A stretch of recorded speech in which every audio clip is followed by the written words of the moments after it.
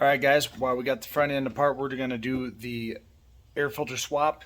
Super simple. Now this air filter is expensive.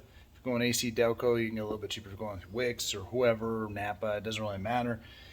When I do filters and I do a lot of the oil, brake pad stuff, I just stay with OEM. So I'll put the link down in this. I got this one off the Zon, and the '08 Duramax might be one of the easiest ones I've ever swapped. Typically, you have to undo the neck tube and everything and whatnot, but this is basically a Phillips head screwdriver, and we're in.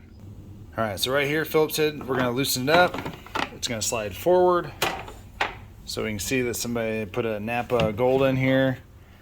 So don't see any holes. This is just a good opportunity for you to look at and see. I mean, the truck only has 50,000 miles on it, but at the end of the day, you know, cheap insurance, man. I always just check the tube, see if it's really greasy, oily, see if there's any other debris in there. Super simple. The AC Delco piece equivalent is the 3087C. So let's take a look and see if we can see any difference between the two. So not a huge difference. I will tell you, this one comes with like a neoprene gasket that shoves back in the hole there. The GM one comes with actually a nice clip-in ring. It's actually a nice seal and it's very rigid. It does look like, for the most part, this has a more tighter weave for it. So yeah, other than that, you're gonna just set it in here. Obviously, keeping in mind there will be a airflow arrow. So obviously the air is coming in from the fender, so the airflow is going in towards the engine. So now we're just going to kind of wiggle this around until it snaps in place.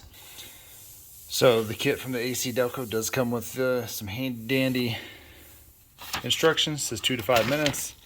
Under the hood, I would just keep this earmarked in your owner's manual. 1, when you changed it. 2, the exact 1.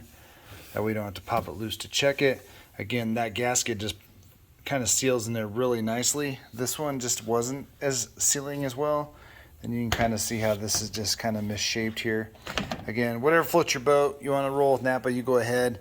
One of my buddies, when we were younger, his dad had used a Napa filter. I don't remember if it was an oil filter or whatnot. He had the old 6.2 diesel. Ended up fragging an engine. Now, Napa did cover it, but that was back when people stood behind their products. Can't say that they would do that now. And this, again, a turbo is very expensive, so cheap insurance. Keep this changed. You can watch the silly meter there and see if it tells you when it's full. But if somebody's screwing around in here and resets it, it may take a while for it to actually build back that spring. So that's what I would do. Again, guys, this is a 5-minute install. We are going to then take the cover.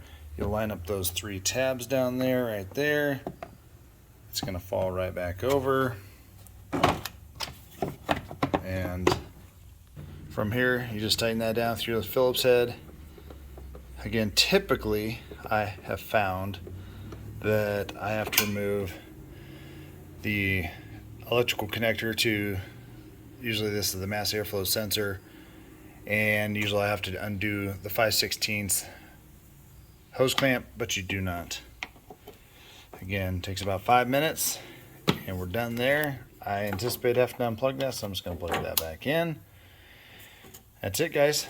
I appreciate you guys being here. Got tons of stuff coming up. We're going to be doing fuel filter, oil change, and of course we're doing the headlights and everything else today. So hit the subscribe button and stay tuned.